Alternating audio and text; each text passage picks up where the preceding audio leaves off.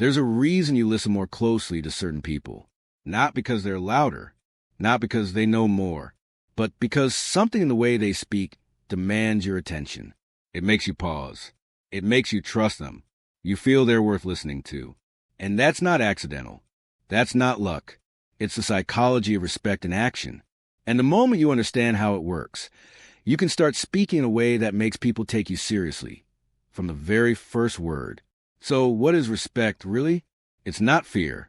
It's not intimidation. It's a deep feeling of credibility, of competence, of strength mixed with composure. When someone speaks with respect, what they're really doing is triggering signals in your brain. Signals that say this person has value. This person has clarity. This person stands firm in what they believe. And those signals are powerful. They work instantly. They go deeper than logic. They operate beneath words. You don't even think about it. You just feel it. Now, here's the truth most people miss. Respect isn't given based on your title. It's not given because of your background. Respect is earned moment by moment through presence, through tone, through structure, through delivery. Every word you speak either builds that respect or weakens it. The way you walk into a room, the way you start a sentence, the way you respond when challenged. These are the moments that shape how people perceive you. So why do some voices instantly command respect? It starts with certainty, not arrogance, not ego, but inner certainty. A voice that sounds like it has already thought through what it's about to say. That certainty is magnetic. The brain hears it and says, this person has already done the thinking for me. You don't need to yell. You don't need to over-explain. You simply speak with conviction, and conviction is contagious. Second, pacing. People who command respect don't rush. They don't stumble over their words. They don't fill the air with nervous energy. They pause. They breathe. They let silence hold weight. That silence sends a clear message. I'm not afraid of space.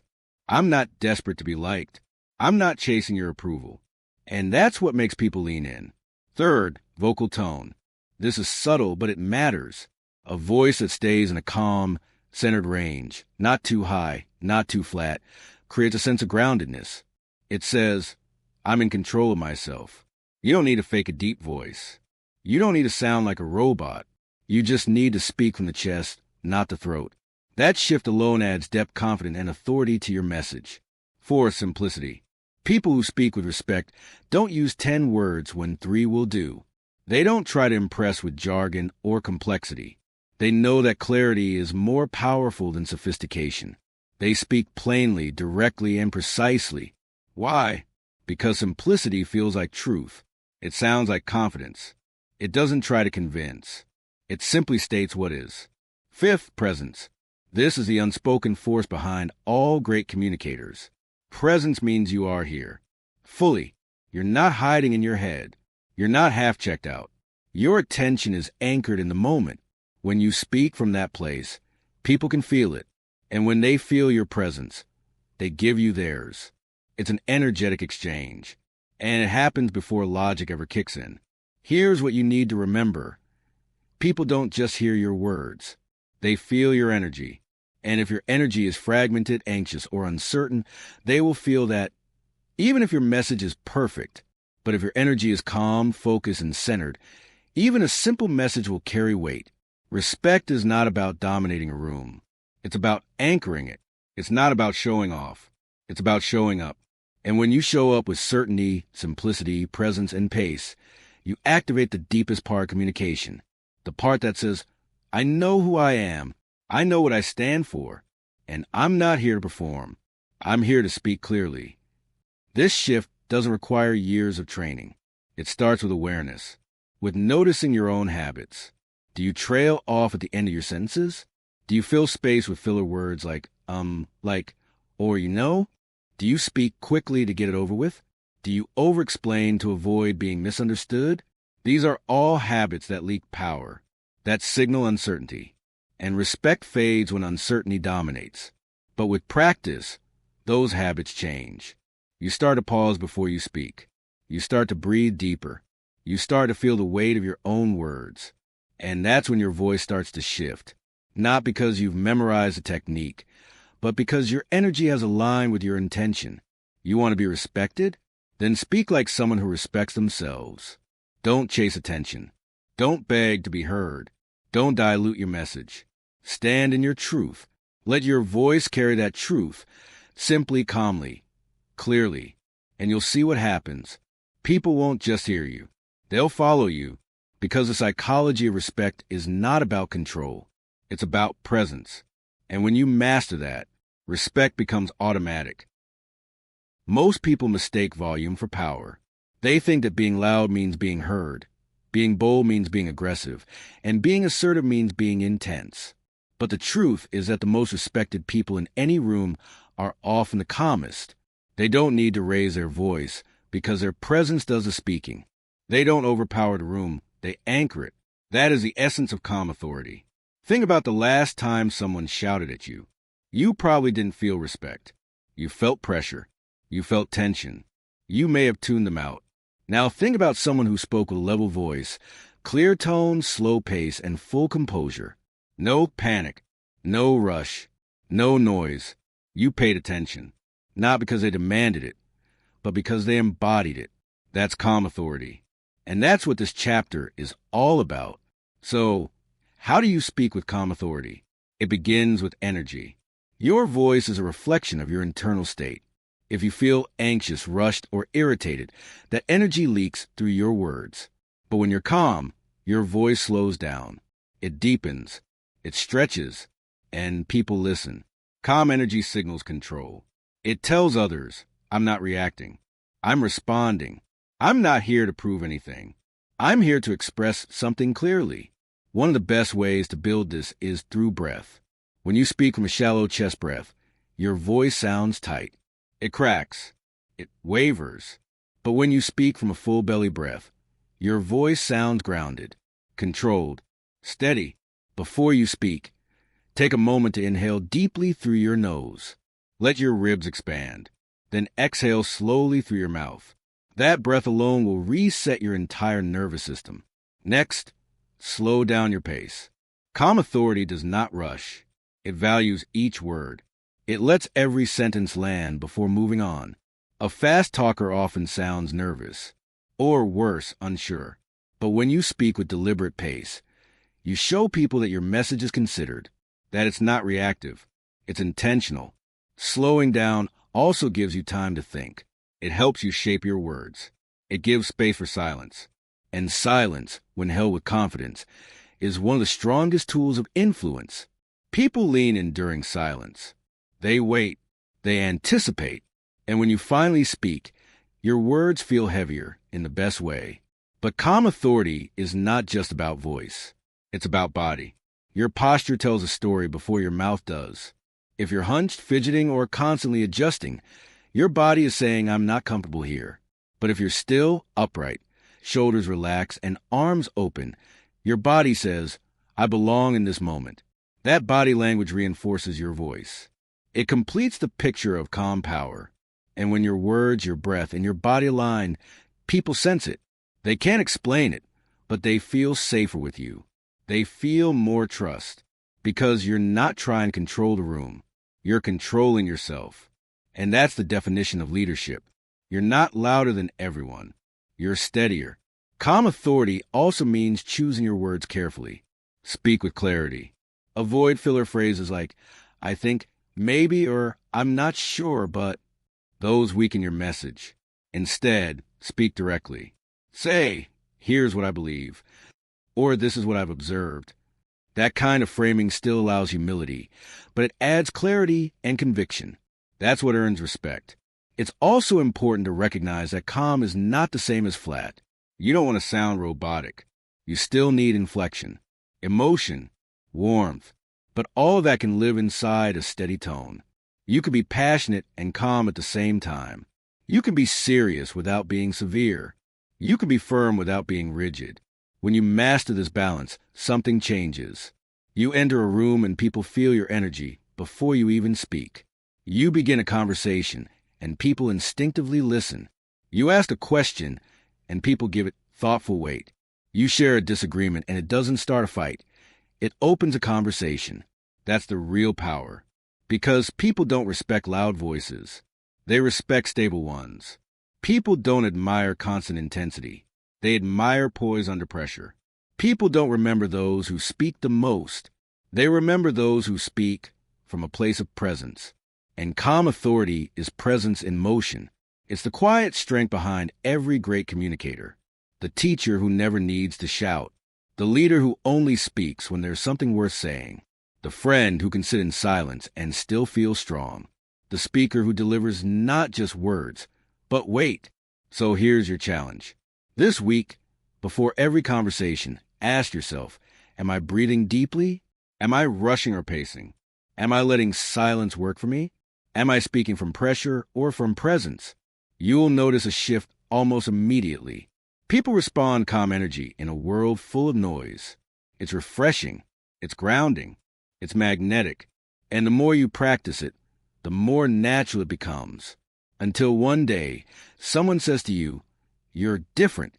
You have this calm way of speaking that makes people pay attention. And you'll smile because you'll know exactly why. You stopped shouting, and you started owning your voice.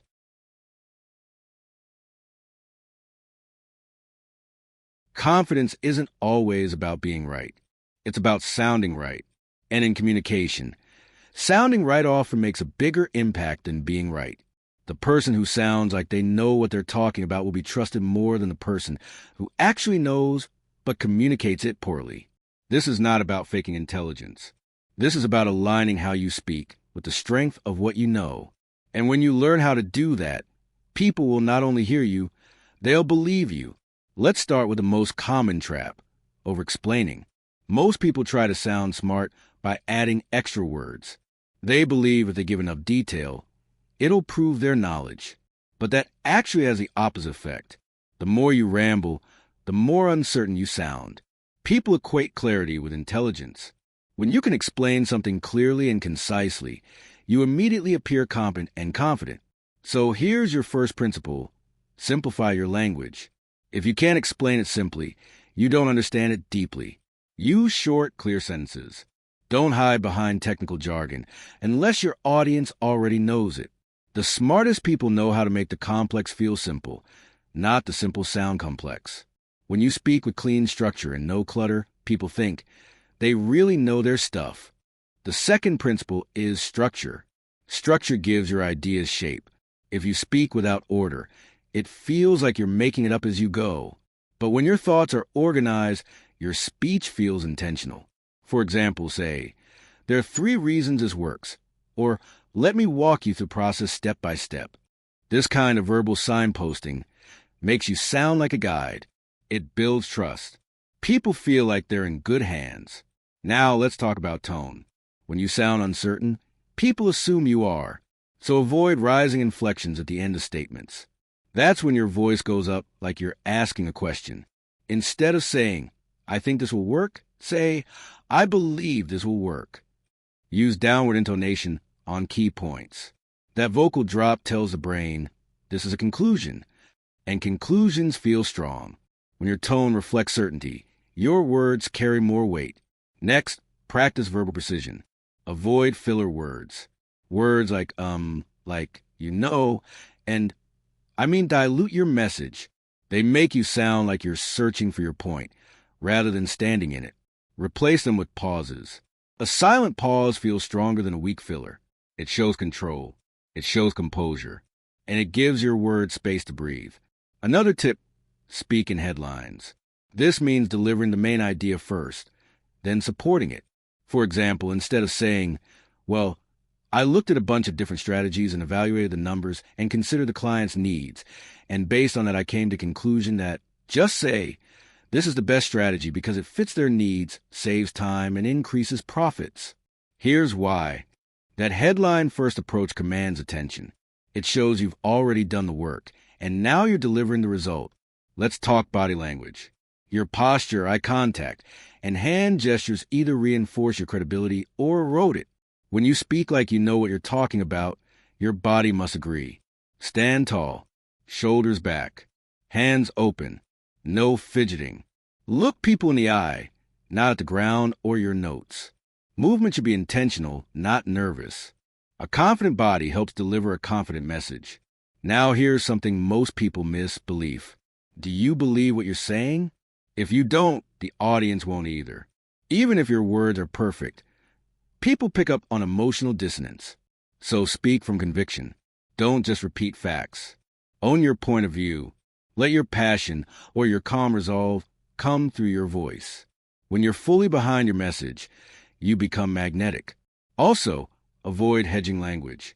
These are phrases like, I might be wrong, but, or I'm not an expert, but, or this might sound stupid, but. These phrases give away your power before you've even begun. You can still be humble without undercutting yourself. Instead of saying, this might be a dumb idea, try, here's one perspective to consider.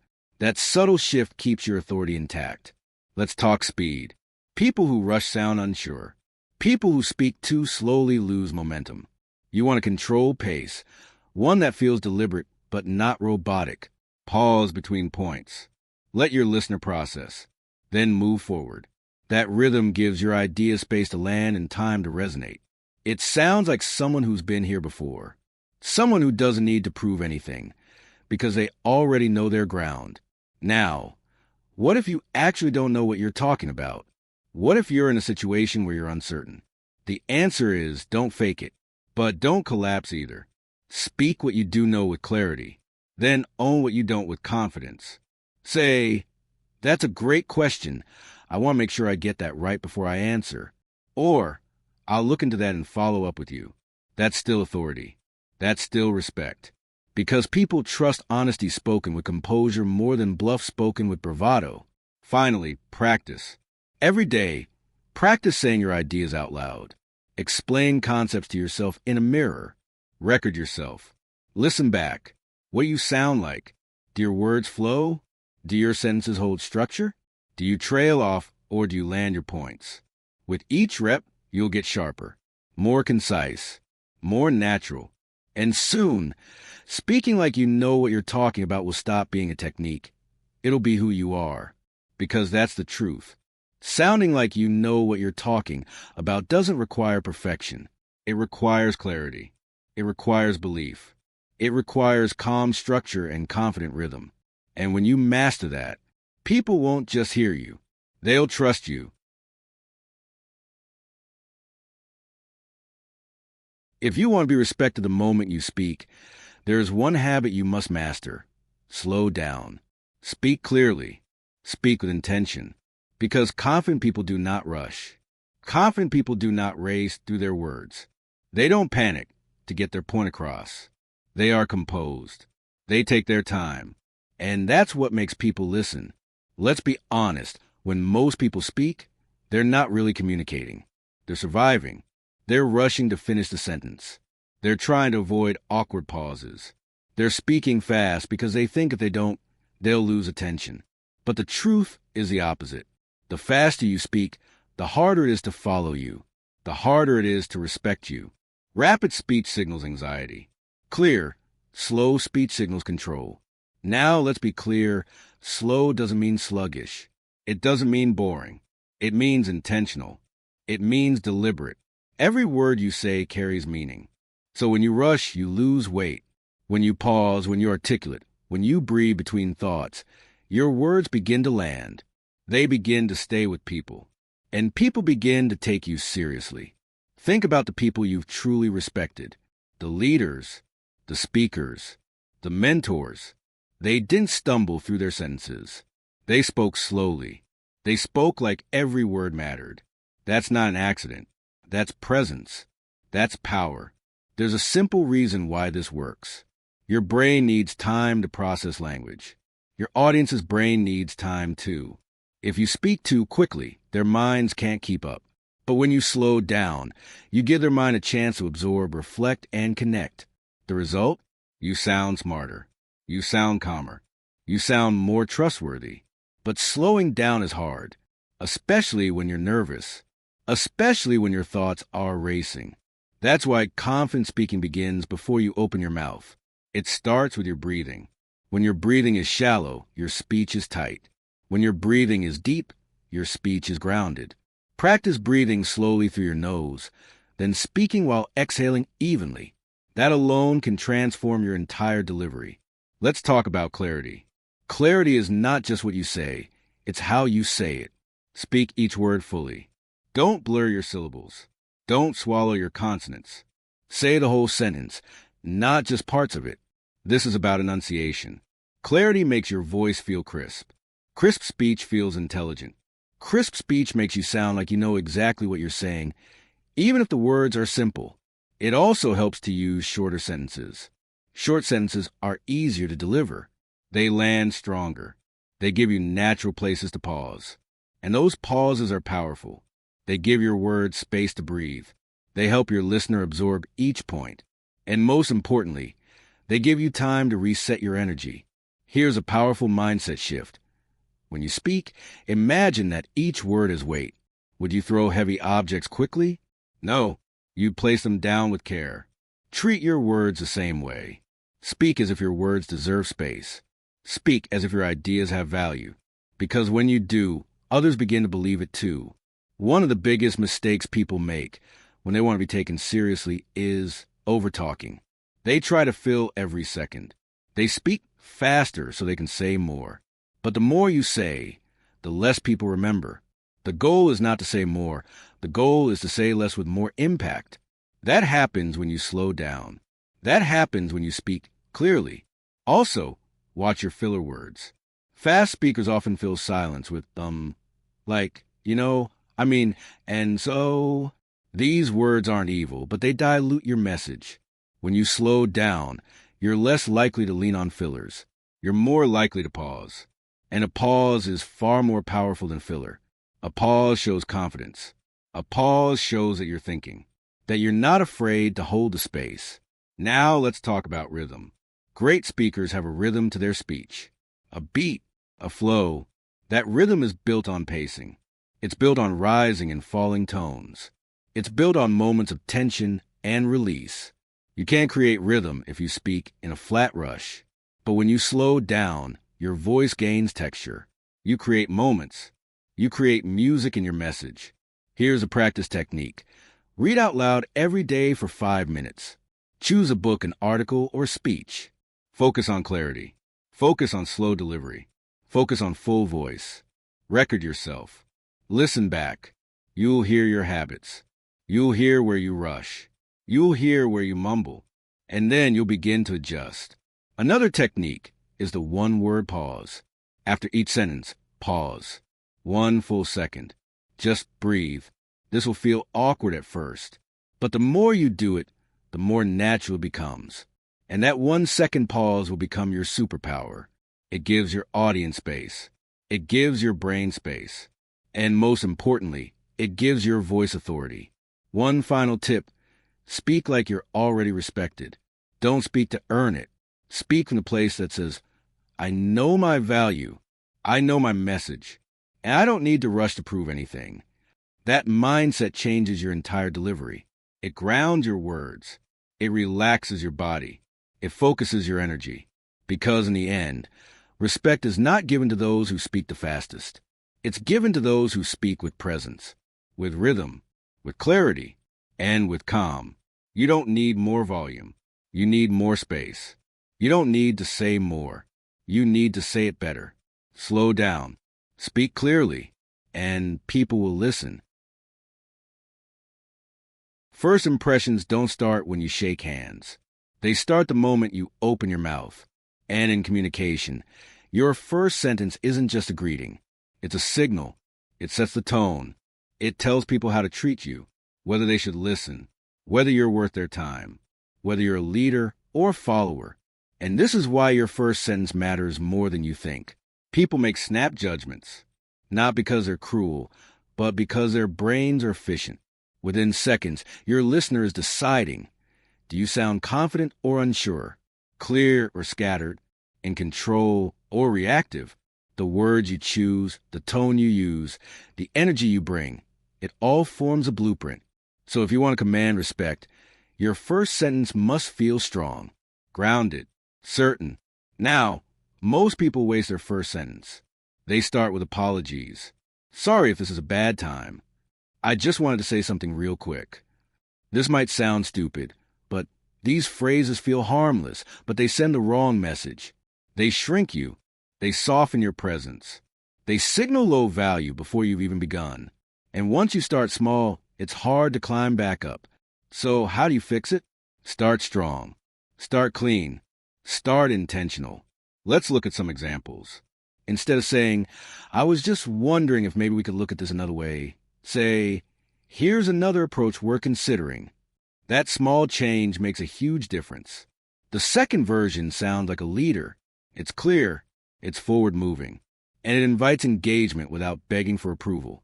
Instead of, sorry to bother you, but I had a question, try, can I ask you something important?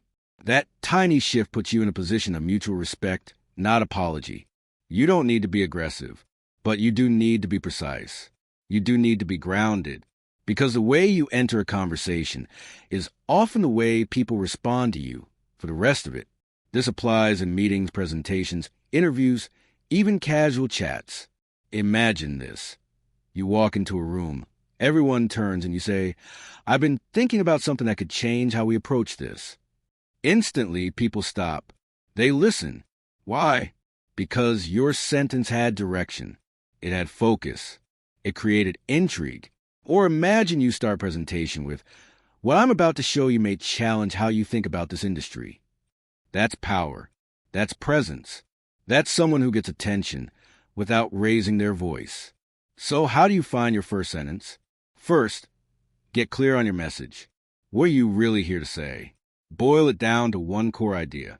Then build a sentence that launches into that idea without fear, not with fluff, not with filler, but with strength. Second, practice. Don't wing it.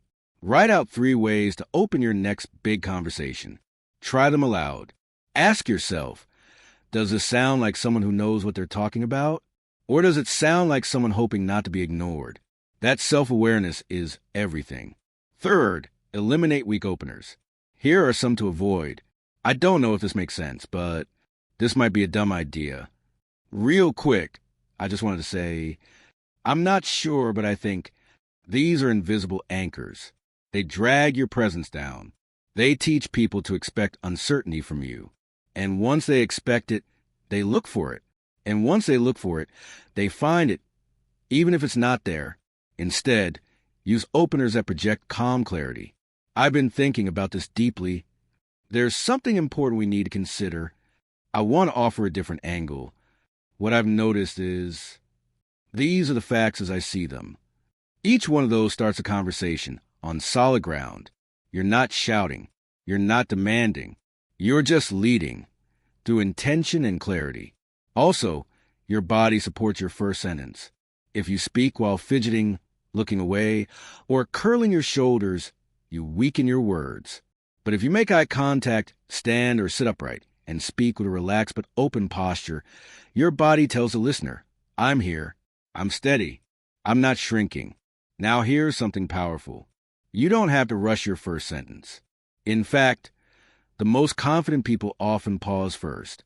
Just one beat. Just enough to gather presence. Then they speak. That pause is not awkward. It's powerful. It shows control. It shows they're not chasing attention. They already have it. Try this. Before your next meeting or conversation, take a breath, make eye contact, and deliver one sentence with no apology, no rush, no filler. One clear thought, one confident tone. Then pause. Let it land. That single sentence will do more for your credibility than 10 minutes of fast talking. Your first sentence is not about being clever. It's about being rooted, being clear, being willing to speak as if your ideas matter, because they do. And the more you practice that, the more natural it becomes. So here's the takeaway. Respect doesn't wait until the end of your message. It starts the moment you open your mouth. Make that moment count. Every time you speak, you're not just sharing words. You're sending a signal about your self-worth, about whether you believe your ideas deserve space. And too often, people sabotage their own presence by apologizing for simply having a voice. It's subtle, it's sneaky, but it's damaging, because the way you treat your own speech is how others will treat it too. Now, let's be clear. This isn't about saying sorry for real mistakes. Apologies have a time and a place. But what we're talking about here is reflexive, habitual, unnecessary apology. The kind that slips out before you even realize it. The kind that starts conversations with weakness. Like, sorry, this might be a stupid question. Or, I know I'm talking a lot, but, or even, I just wanted to say something real quick. Let's break that down. When you say, sorry to bother you, before speaking, what you're really saying is, I don't believe what I'm about to say has value. And the moment you send that message, the listener's brain picks up on it.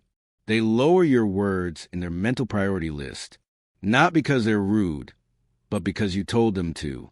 You told them not to take you seriously, and you didn't even realize you were doing it. This is especially common in people who are intelligent, kind, empathetic, the ones who care about others' feelings. They want to be polite. They want to be non-intrusive, and that's noble. But over-apologizing isn't politeness. It's self-erasure. It's a quiet declaration that says, I'm sorry for existing in this moment.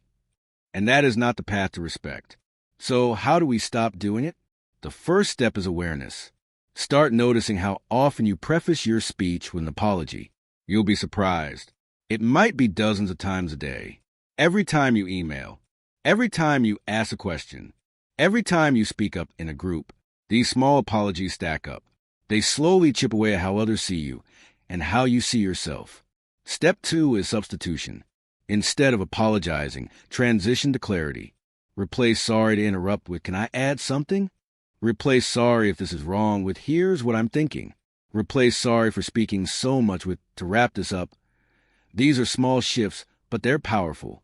They preserve kindness without sacrificing confidence. You can be respectful without being invisible. You can be kind without being small. You can be polite without erasing your presence. Step 3 is to change how you think about your voice. Your voice is not a favor to the room. It's a contribution. It's a resource. If you have something thoughtful to say, you are adding value. You are moving the conversation forward. You are not a burden. You are not noise. You are the reason the room becomes better than it was 5 minutes ago. This mindset shift is hard for people who spent years minimizing themselves. But it's essential, because no one will respect your voice until you do. And the way you start is by removing those softeners. Those justs. Those maybes. Those, I'm not sure, but you don't need them. They don't protect you. They dilute you. Let's talk about what happens when you stop apologizing for speaking. You begin to notice that people listen longer. They ask you more questions. They quote you. They refer to your points later. Not because your ideas magically improved, but because your delivery told them to treat your ideas with respect. And so they did. You also begin to feel differently, more rooted, less anxious. When you stop diminishing yourself, you start inhabiting your own space. You stop tiptoeing around your thoughts. You begin to trust your perspective. That inner shift radiates through your voice, and people notice. Now, here's the nuance. You're not becoming aggressive. You're not dominating conversations. You're not taking up all the space. You're simply claiming the space that was always yours to begin with, and you're doing it without apology. Let me give you a phrase that will help you ground yourself before you speak. Say silently to yourself, my voice has weight. Say it again, my voice has weight. That one affirmation can change your tone, your posture, your pace. It reminds you that you're not here to be tolerated. You're here to contribute. Another helpful technique, record yourself. Watch how often you soften your words, how often you hedge, how often you shrink your sentences with disclaimers. Then re-record the same message without them. You'll hear the difference. The second version will sound clearer, calmer, more grounded. That's the version that earns respect. You can also practice with trusted friends or mentors. Ask them to catch you in the act. Every time you apologize before speaking, have them gently point out. You'll become more aware, and awareness leads to change. Over time, the habit fades, and something powerful replaces it. Clarity, conviction, calm presence. The kind of presence that doesn't need to shout. The kind of voice that enters a room and doesn't shrink. A voice that simply says, I'm here, I have something to say, and I believe it's worth hearing. That is the beginning of authority. And it starts by removing the unnecessary apology. Because you don't need to be sorry for speaking. You need to be sure. Words are tools. The more precise the tool, the cleaner the result. The same goes for speech. When your language is sharp, your presence is strong. When your language is cluttered, your message gets lost. And the fastest way to earn respect through speech is to speak directly. No fluff, no filler. Just clean, clear, confident communication. So what exactly is fluff? Fluff is extra language that doesn't add value. It's often like just sort of, kind of, I feel like, maybe, perhaps, and you know. It's long-winded explanations when a short sentence would do. It's circling around the point instead of going straight to it. And here's the truth. Most people use fluff because they're trying to protect themselves from judgment. They think, if I sound softer, maybe I won't offend anyone. If I add more words, maybe I'll sound smarter. But that never works. All it does is water down your message and weaken your authority. Direct language isn't rude. It's not harsh. It's not robotic. It's clean. It's focused. It's decisive. It tells the listener, I've thought this through. I value your time. I respect the conversation enough to speak clearly. Let's look at a few examples. Fluffy version. I was just thinking, maybe if it's okay with you, we could sort of try approaching this a little differently.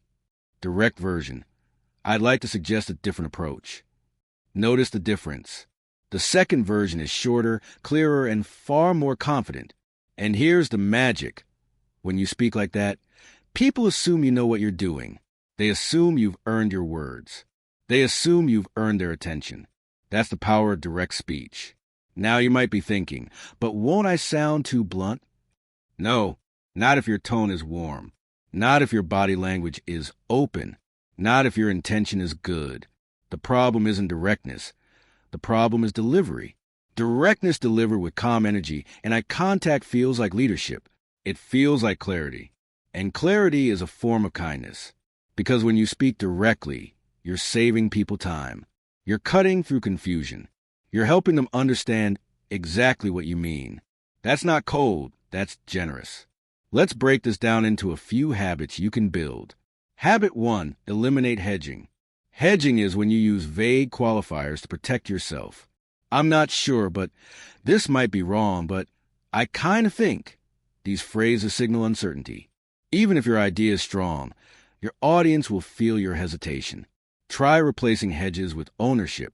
Instead of, I kind of think this might work, say, here's what I think will work. Habit 2, make your sentences shorter. The longer the sentence, the more likely it is to trail off, lose impact, or get filled with fluff. Practice saying big ideas in 10 words or less. Start with this exercise. Take one of your points and reduce it down. Keep trimming until only the essential message remains. That sentence, the clean, focused one, is the one people will remember. Habit 3, drop unnecessary qualifiers. These are words like actually, basically, literally, very, really. Most of the time, they add nothing. They just clutter the rhythm. If you say, I'm actually really excited to share something very interesting, try instead, I'm excited to share something interesting. Cleaner, stronger, more powerful. Habit 4, speak in points, not paragraphs. When you're explaining something, structure like this. Here are the 3 main takeaways. Or, let me give you 2 reasons why. That framing forces you to think clearly.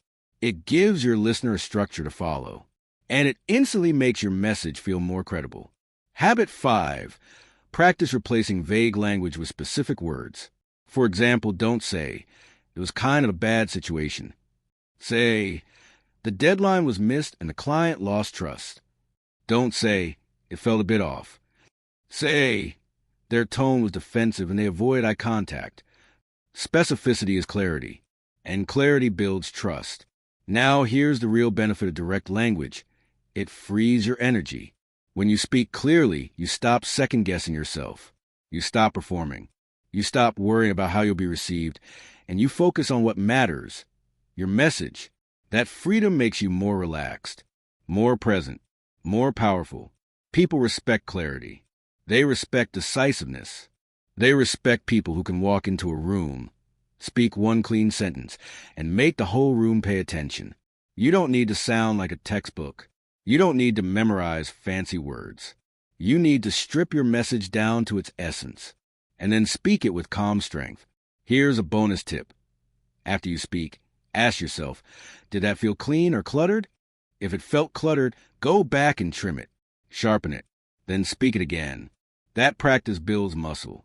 That muscle becomes instinct. Over time, your communication style changes. You stop rambling. You stop over-explaining. You stop apologizing through your language. And you start standing in your thoughts. You start honoring the message. You start speaking with that quiet, powerful clarity that makes people say, this person knows what they're talking about. Not because you said more, but because you said less with more impact. That's what direct language does. It gives you authority. It gives you presence. And it gives your words weight. So, stop dressing up your sentences. Strip them down. Cut the fluff. And speak like your message matters. Because it does. There's a reason why some people speak, and the whole room listens. It's not just their words. It's not just their confidence. It's something deeper, literally deeper. It's the voice itself. And the most powerful voice doesn't come from the throat. It doesn't come from the head. It comes from the chest. It's full. It's calm. It's grounded. It's what we call the voice of command. When you speak from your chest, your voice carries more than sound. It carries presence, authority, stability. It tells people that you are centered, that you are certain, that you are not just making noise. You're anchoring the room. This is not about sounding loud. It's about sounding rooted. When your voice is grounded, people lean in. They trust it. They follow it. Let's start with the science. Your voice is shaped by breath and resonance. Breath comes from your lungs. Resonance comes from where the sound vibrates in your body. Most people breathe shallowly and speak from their throat. That creates a thin, weak, unstable sound. It's fine for casual talk, but it doesn't hold weight. It doesn't stop a room. To develop the voice of command, you need to change where your voice lives. Step 1. Breathe from your diaphragm. Place one hand on your stomach and one on your chest. Breathe in through your nose. The hand on your stomach should rise. The one on your chest should stay mostly still. That's diaphragmatic breathing. It pulls air deep into your lungs and sets the foundation for a steady voice. Step 2. Relax your throat and shoulders. Tension squeezes your sound. It forces your voice up higher in pitch and shallower in tone. Let your shoulders drop. Let your jaw loosen. Let your neck relax. A relaxed body creates a relaxed voice. And relaxed voices sound more powerful than tense ones. Step 3. Feel the vibration.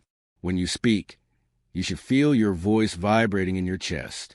Say something simple like hello in a slow, low, even tone. Put your hand on your sternum. If you feel the vibration there, you're on the right track. That resonance is the sound of grounded speech. This kind of voice doesn't shout. It doesn't rush. It doesn't panic. It settles. It fills space without forcing it. It is bass, and bass equals presence. This is why calm leaders, skilled speakers, and charismatic figures all seem to own a room when they speak. Their voice feels solid, not heavy, just real. Let's talk about pace. When you speak from your chest, your pace naturally slows down. You stop chasing your words. You start placing them. And placed words land harder than thrown ones. They stick. They echo. You begin to sound like you've thought through every word before it came out. That creates trust. That creates respect. You also eliminate the need for volume. The voice of command doesn't yell. It doesn't strain. It speaks softly when needed, but it always sounds firm. This is why some of the most powerful people in the world don't speak loudly. They speak deeply. Barack Obama, Morgan Freeman, Viola Davis. When they speak, you feel it. Not because they're loud, but because they're resonant. Now, what about when you're nervous? When you're nervous, your breath goes up into your chest. Your voice climbs higher. It gets tight. It starts to crack. That's normal, but that's why practice is essential. Before any important conversation or presentation, ground your breath. Breathe deeply. Speak slowly. Hum a few low notes to bring your voice down. Remind your body that you are not in danger, that you are in control. Another exercise. Hum while placing your hand on your chest. Feel the vibration. Now say a sentence like, I believe in this. Say it slowly. Let the sound vibrate through your chest and ribs. That feeling is what you want to carry into every room. It centers you, and it tells your audience, I believe my words, so you should too. Let's address a common myth. I don't have a deep voice, so I can't speak with command. False. You don't need to have a naturally deep voice to have a strong one. You just need resonance. You just need steadiness. You just need breath. Your voice can be soft and still powerful. It can be high-pitched and still grounded. It's not about pitch. It's about presence. Presence is created by connection between breath, body, and belief. When all three are aligned, your voice becomes magnetic. You don't need to speak more to be heard. You need to speak from the right place. Let's also remember this. People mirror energy. If your voice is high, fast, and anxious, people will feel anxious. If your voice is slow, low, and calm, people will relax. They will trust. They will open up. That is the emotional power of the voice of command. It sets the tone for everyone else in the room. So here's your practice for this week. Every day, take 5 minutes to breathe deeply and speak out loud. Pick a passage from a book or write your own message. Read it slowly from the chest with full breath and resonance. Record yourself. Listen back. Ask yourself, do I sound present? Do I sound grounded? Would I follow this voice? If not, adjust. Try again. It will get easier because this is not a gimmick. This is a muscle, and the more you train it, the more natural it becomes. Until one day, you walk into a room and you speak, and people stop. They feel it. They don't know why, but they trust you because your voice doesn't ask for respect. It expects it. Most people think speaking is about the words, but the truly powerful speakers, the ones who captivate a room and command deep respect, understand something deeper. They know that what you don't say is just as powerful as what you do. They know that silence, when used intentionally, becomes a weapon, a tool, a form of gravity. The pause is not absence. The pause is presence. Imagine this. Someone begins to speak, and after a strong opening sentence, they stop. Not because they forgot their words, not because they lost their place, but because they understand the rhythm of attention. That pause, that brief, intentional silence, pulls the room in. It creates space. It creates suspense. It tells the listener, this is not just talking. This is worth listening to. Let's be clear. The pause is not filler. It's not hesitation. It's punctuation. And in speaking, punctuation is everything. It shapes meaning. It gives the audience time to process, time to absorb. And most importantly, it gives you control, because the person who controls the pace of the conversation controls the frame, and the person who controls the frame earns the respect. Why don't most people pause? Because they're afraid of silence. They think silence is awkward. They think silence is weakness. So they rush to fill every second with sound. Just anyway.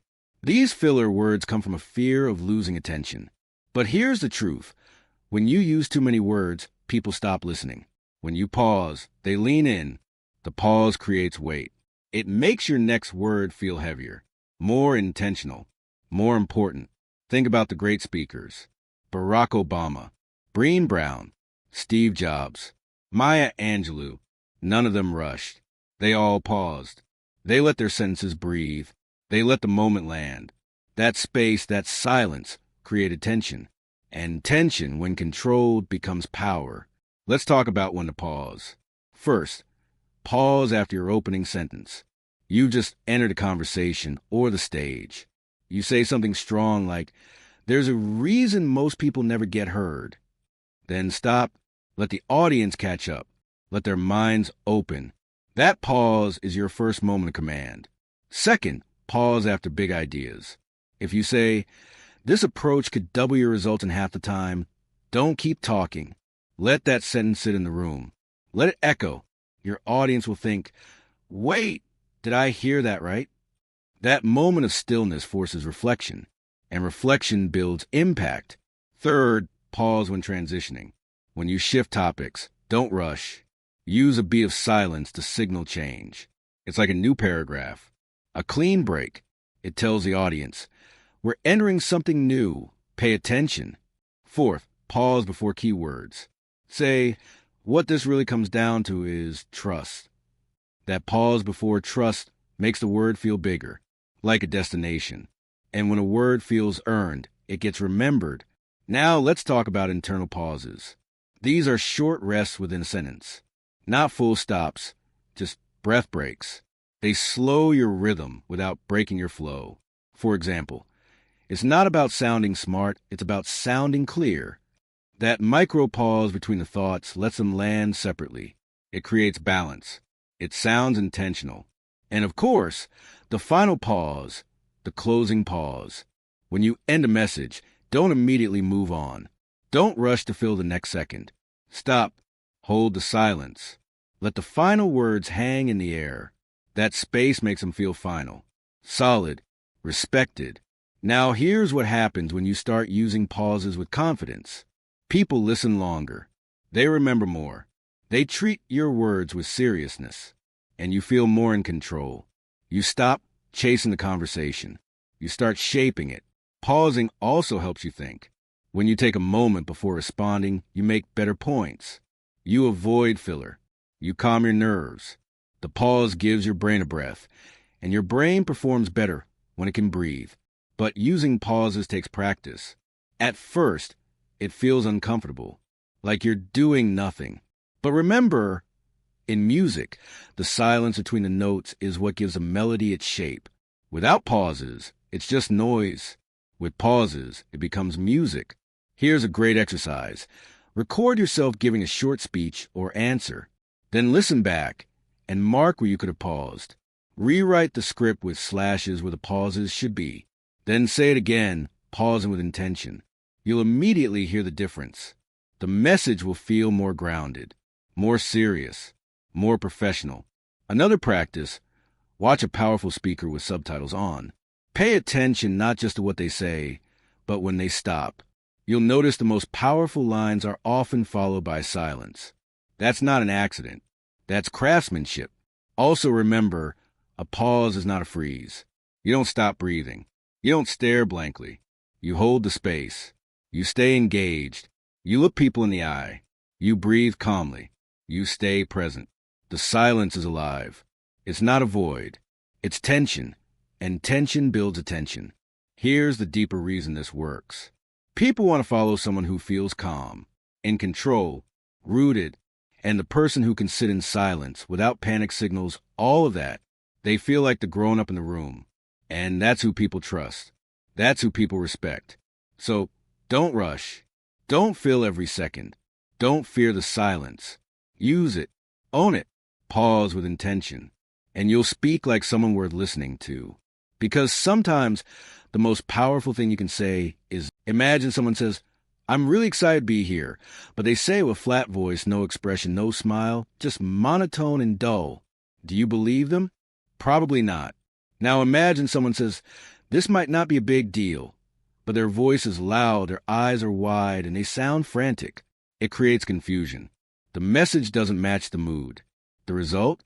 Distrust, disconnection, and doubt. If you want to speak with authority, if you want to earn respect the moment you open your mouth, you must align your words with your energy. This is called congruence. And congruence is the invisible force behind every powerful communicator. When your tone, facial expression, and body language match your message, people feel your truth. They sense it. They trust it. But when those elements don't match, when you say one thing and your voice is another, they pull back, even if they don't know why. Let's break it down. There are 3 channels of communication: words, tone, and body. Words are what you say. Tone is how you say it. Body is how you move while saying it. In powerful communication, All three must agree. When they do, you create alignment. When they don't, you create resistance. Let's say you're pitching an idea. If your words say, "I believe this will work," but your tone is hesitant and your eyes are darting, the listener believes your body, not your words. People don't follow what you say. They follow what you mean. And meaning is felt more than heard. This is why some people speak and get ignored, while others say the same thing and get attention. It's not always the content. It's the energy behind it. And energy is everything. Let's talk tone.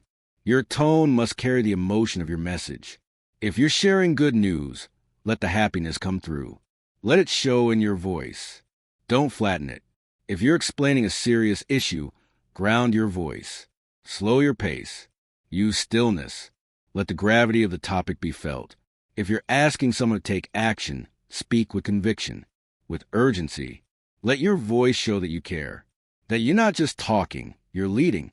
Practice this. Record yourself saying the same sentence 3 different ways. For example, "We need to move quickly on this." Say it once with excitement, once with fear, once with boredom. Notice how each version creates a different feeling, even though the words are identical. That's tone, and tone is what people remember. Now, let's talk about speed and pitch. If you speak too quickly, you may sound nervous. If you speak too slowly, you may sound unsure. If your pitch is too high, you may sound anxious. If it's too low and dull, you may sound disinterested. The key is dynamic range. Vary your pitch slightly. Adjust your speed depending on the moment. Add rhythm. Add emotion. Let your voice be alive. When your voice moves, your message breathes. When your voice is flat, your message dies. Now, let's look at the body. Your posture must reflect your message. If you're making a confident statement, don't slouch. Sit or stand tall. Make eye contact. Let your hand support your message, not distract from it. Open gesture suggests trust. Closed gesture suggests fear. You don't need to perform. You need to align. Your face matters too. The eyes, especially. Are they focused, engaged, or distracted? The face communicates emotion faster than words. When you smile, people feel warmth. When you frown in concern, people feel seriousness. Your face should match your message. That's the simplest way to build trust. Alignment is not acting. It's not putting on a performance. It's removing the blocks that stop your real energy from coming through. It's letting the emotion of your message rise to the surface. Not hiding it, not numbing it, but expressing it fully, naturally, and honestly. This takes practice. Many people have spent years separating their words from their emotions. They've been trained to sound professional, which often means sound robotic. But respect doesn't come from sounding like a robot. It comes from sounding like a human who means what they say. Here's an exercise. Pick a message you care about. Something simple, like, "I want us to be better," or "This matters to me." Say it with full emotional alignment. Let your body match your words. Let your tone reflect your heart. Then say it again, but deadpan. No expression. No tone. Flat body. Record both versions. Listen back. You'll feel the difference immediately. And so will your future audience. Another trick. Before a conversation or presentation, ask yourself, how do I want them to feel? Then ask, what energy do I need to project to create that feeling? If you want them to feel inspired, you must sound inspired. If you want them to feel calm, you must sound calm. You lead with your energy. People don't follow data. They follow emotion. And emotion must be real. Because if it's fake, people sense it. But when it's real, when it's aligned, they lean in. They listen. They remember. So stop separating your message from your mood. Let them dance together. Let your voice carry your conviction. Let your posture carry your certainty. Let your tone match your meaning. And let your energy tell the truth before your words even arrive. That's congruence. And congruence is charisma. When everything about you says the same thing, people believe you, not just with their minds, but with their instincts. That's the foundation of deep respect. Not just what you say, but how much of you shows up when you say it. You're in the middle of making a point. Your thought is flowing. Your voice is steady. And then someone cuts in. They talk over you. They derail your sentence. They hijack the moment. Now you have a choice. Do you freeze? Do you back down? Or do you reclaim the space with calm authority? How you handle interruptions is a test of presence. It's not just about defending your words. It's about defending your dignity. And the people who earn the most respect in conversations aren't the loudest. They're the ones who stay composed, who hold their ground, who communicate. You may interrupt my sentence, but you will not interrupt my self-respect. Let's be real. Interruptions happen everywhere. In meetings, on calls, at dinners. Some people interrupt because they're rude. Others do it because they're excited.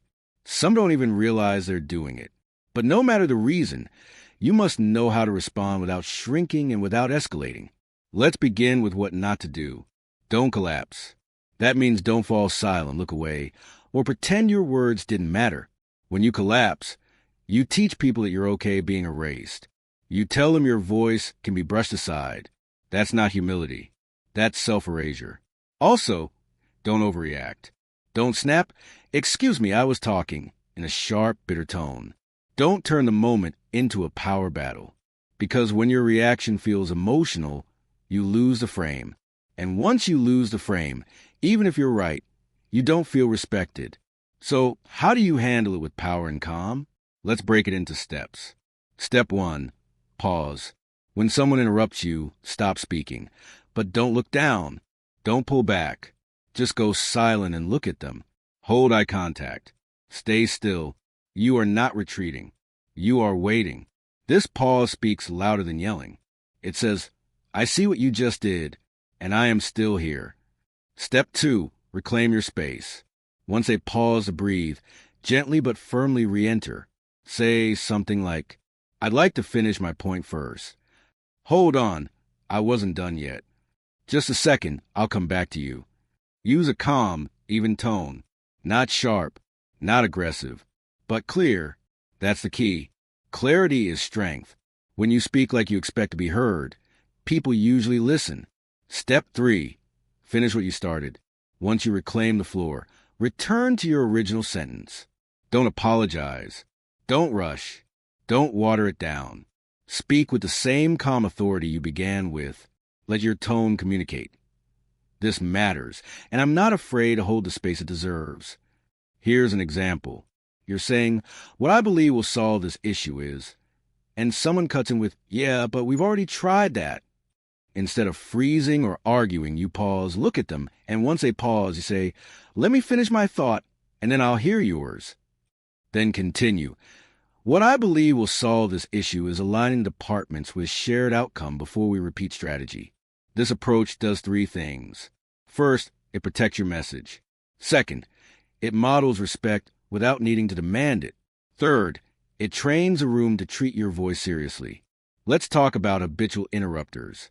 The people who do it over and over. These folks may be insecure, dominant, or simply unaware. If it's a one-time thing, use the steps above. But if it happens repeatedly, take a different approach. Next time they interrupt, after conversation, pull them aside privately. Say something like, "I've noticed that when I'm speaking, you tend to jump in before I finish. I value your ideas, but I like space to complete my thoughts first." This isn't confrontation. It's clarity. You're not attacking. You're setting a boundary. Boundaries build respect. Silence enables disrespect. Now, here's something powerful. The more calmly you handle interruptions, the more powerful you appear. Not because you dominate, but because you don't flinch. You don't need to fight to protect your voice. You embody belief in your own words, and people mirror that belief. Here's another scenario. Someone interrupts to agree with you. What then? You still hold your space. Say, "Glad we're aligned. Let me finish the idea." That signals confidence without conflict. It honors collaboration while protecting clarity. What if it's someone senior? A boss? A mentor? You can still protect your words without offending them. Say, "That's a great point. Can I just finish my thought and then build on that?" This shows respect and strength. It tells them, "I'm here to contribute, not compete." Now, let's talk about your internal world. If you're often interrupted and it bothers you deeply, ask yourself, am I entering conversations with the energy of someone who expects to be heard? Or am I waiting for permission? Do I speak with certainty? Or do I sound like I'm asking for validation? Because often, the way you start a sentence determines how much space people give you to finish it. This is why all the earlier chapters matter. Your first sentence, your tone, your posture, your breath, they all create presence. And presence reduces interruptions. But even when they happen, remember this: an interruption is not an erasure. An interruption is not a verdict. It's a moment, and you control what happens next. You can fold, or you can pause, reclaim, and continue, like someone who belongs in the room, because you do. We've all met the person who talks forever, explains everything twice, and buries her point in a mountain of words. And we've all met the opposite, the person who speaks so briefly, so sharply, that they come off cold or dismissive. Somewhere in between lies the sweet spot, the place where your message is short, but your presence still feels full. That's the zone of warm brevity. And mastering it makes people feel respected while also respecting their time. Let's be clear. Being brief is not about being fast. It's not about rushing. It's not about cutting corners. It's about clarity. It's about choosing your words with care, delivering them with purpose, and leaving out anything that doesn't serve the message. It's about saying less while meaning more. But here's the trap many people fall into. They learn to trim their message, but they lose the tone. They forget to smile. They forget to breathe. They forget that the words may be brief, but the human being is still present. And when that presence disappears, so does the connection. So does the respect. So how do you find that balance? Let's begin with mindset. When you speak, don't just think, how do I say this quickly? Think, how do I say this clearly and kindly? The goal isn't to minimize your words. The goal is to maximize your impact. And that means your voice, your eyes, your body, and your energy must stay engaged, even as your sentences stay tight. Here's the rule. Eliminate extra words, not extra warmth. Let's break that down. Instead of saying, hey, sorry to bother you, but I was just kind of wondering if maybe you had a few minutes to help me with something, try saying, hi, do you have a few minutes? I'd really appreciate your help. Shorter, cleaner, still kind, still human. Now, let's talk about structure. Start with your point, then support it briefly, then invite a response. That's the structure of respectful brevity. For example, I'd like to suggest we move the deadline. That would give the team breathing room and improve quality. What do you think? One sentence to lead, one sentence to justify, one sentence to open space. This rhythm keeps people engaged. It shows you're thoughtful and efficient, and that earns deep respect. Another technique, use tone variation to signal friendliness. When you're being brief, your voice must do more emotional lifting, so use a slightly warmer tone. Soften the edges. Smile slightly. Make eye contact. These cues tell your listener, I may be concise, but I care about this moment. I'm still with you. You see, warmth is not in how many words you say. It's in how fully you're present while saying them. Let's look at examples of warm brevity in action. You're asked for feedback. You could say, honestly, I didn't like it at all. It was confusing. That's brief but cold. Try instead, I think there's potential, but a few parts confuse me. Want to go over together? Still brief, but warmer, collaborative, inviting.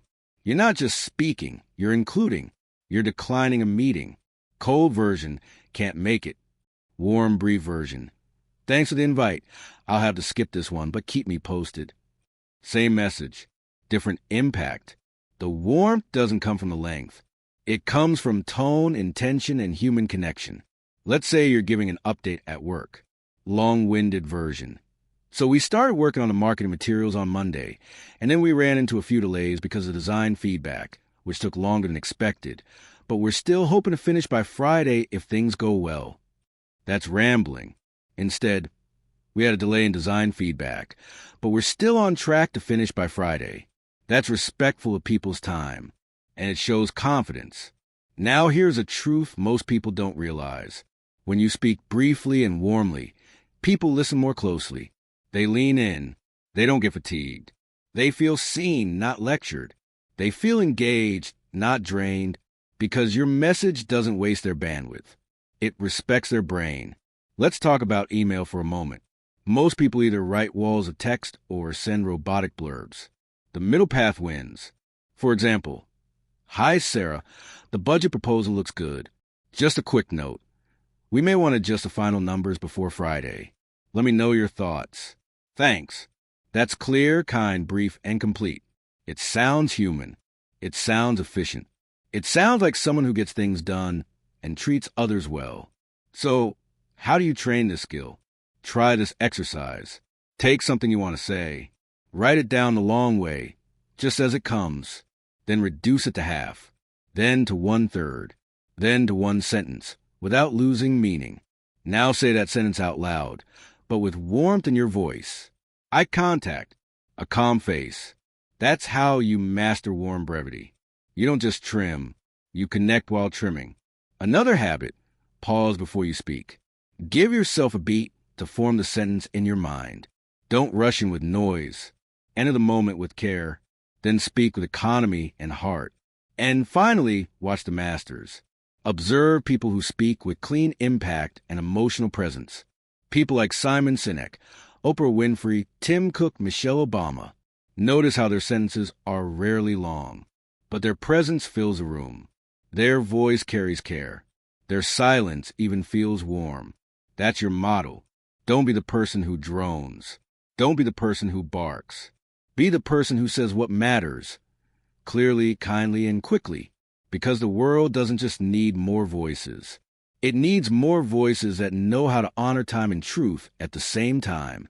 So cut the noise, keep the soul, and speak like someone whose words are all. There's one sound that cuts through noise, one word that grabs attention, one trigger that lights up the brain like a spotlight. It's not data. It's not a quote. It's not even your voice. It's their name. The moment you say someone's name, you activate the part of their mind that says, "This is about me." And when something becomes personal, it becomes powerful. Using someone's name is one of the fastest ways to build trust, command presence, and create connection. It's the most underestimated tool in communication. Yet it's right there. Free, simple, always available. But used too often, it can feel fake. Used too little, it can feel cold. Used wrong, it can backfire. So in this chapter, you'll learn how to use it right. Let's start with why names matter. From birth, our names are wired into our sense of identity. They're how we're known, how we're seen, how we're anchored in the world. So when someone says your name, not as a formality, but with genuine presence, it triggers attention, emotion, and memory. That's why salespeople, therapists, and world leaders all use names deliberately, not to manipulate, but to connect. You see, the name says, "You matter in this moment." It's like a spotlight in the dark. It makes the listener feel visible. Let's break it down into principles. First, use a name early. When you start a conversation or presentation, say the person's name if you know it. "Good to see you, Rachel." "Thanks for making time, Omar." "Let's jump in, Aisha." That little move instantly changes the dynamic. It's not just a generic message anymore. It's personal. It's tailored. The listener feels seen. Second, say it naturally. Don't overdo it. Don't say it in every sentence like a telemarketer. Right, Daniel? Because Daniel. I think Daniel knows that Daniel's going to love this. That doesn't build trust. It sounds like a tactic. Respectful use is subtle, spaced out, and always in the flow of the conversation. Third, say it with warmth. A cold name is worse than no name.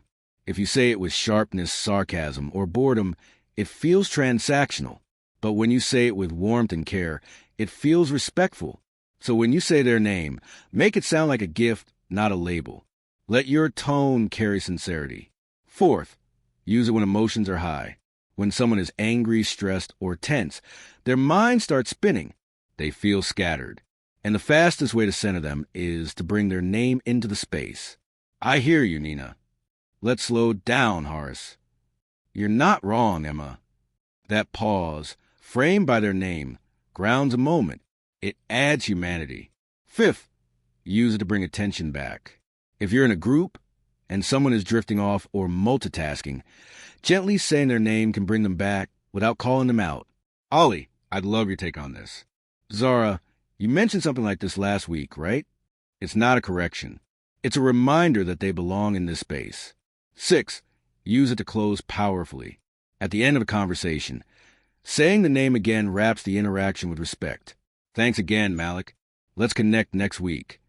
Appreciate your thoughts, Fatima. Let's build on this. The name at the end makes the interaction stick. It leaves a personal imprint. But here's something important. You have to remember names. That's the first challenge. If you forget or worse, get it wrong, you lose trust. So learn to lock in names early. When someone introduces themselves, repeat the name immediately. Nice to meet you, Sanaa. If it's unfamiliar, ask them to spell it or say it twice. That shows care. Write it down if needed. Review before meetings. Names are not details. They are doors. And if you forget, be honest. Say, I'm sorry, I just blanked on your name. Could you remind me? That's better than guessing. Better than faking. And it shows humility. People appreciate effort more than perfection. Now let's talk tone. You can say a name 3 ways. The first is with acknowledgement to show you're tuned in. Yes, a deal, that makes sense. The second is with intention to make a point stick. And that's why I think, Maria, this will change everything. The third is with emotion to express care, joy, or concern. You did it, Sanaa. I'm with you, Jamal. I hear you, I really do, Lena. Each version carries a different flavor. Each one sends a message. And if you say it with presence, it creates an echo, a memory, a moment. Here's an exercise. Take 5 people you know. Say their names out loud in different tones. Calm, warm, assertive, grateful. Feel how it changes the energy. Now imagine doing that in real conversations.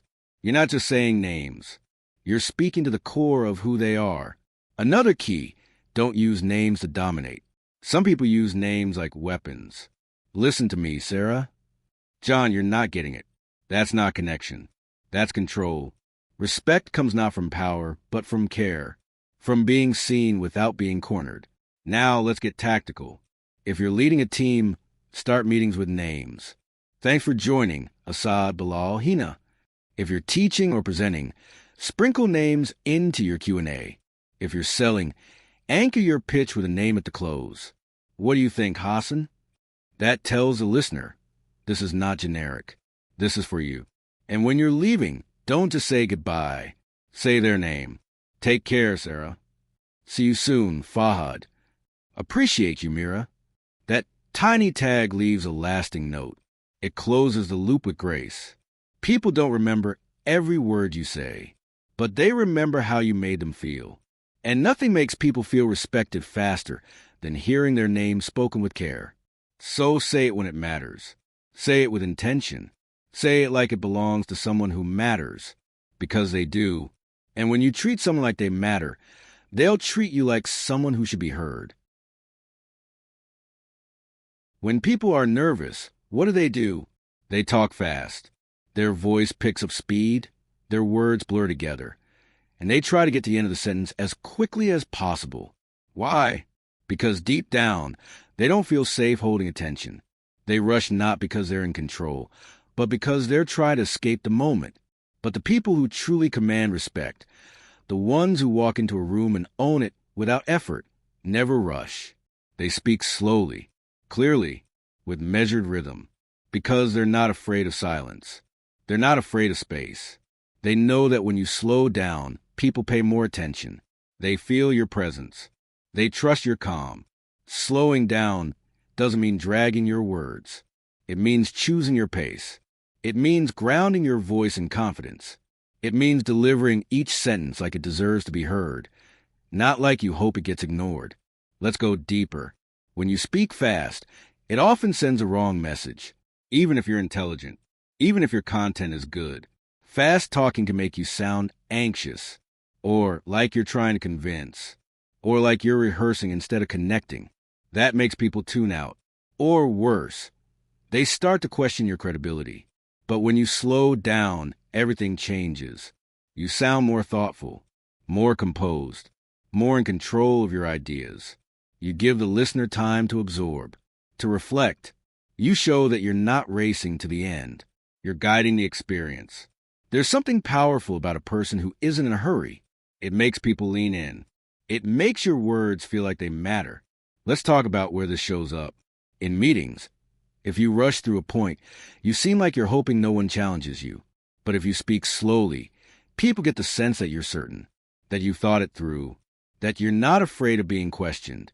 In interviews, if you race through your answers, you sound like you're trying to prove something. But when you slow down, you sound like someone who already knows their value. In everyday conversations, slowing down signals respect. You're not just throwing words at someone. You're giving them space. You're honoring the moment. So how do you train this? First, start by breathing. Yes, breathing. When you slow your breath, your voice slows naturally. Shallow breathing creates tension, and tension creates speed. Deep breathing creates calm, and calm slows you down. Before you speak, take one full breath in and let it out gently. Then speak. That single breath will change your rhythm. Next, record yourself.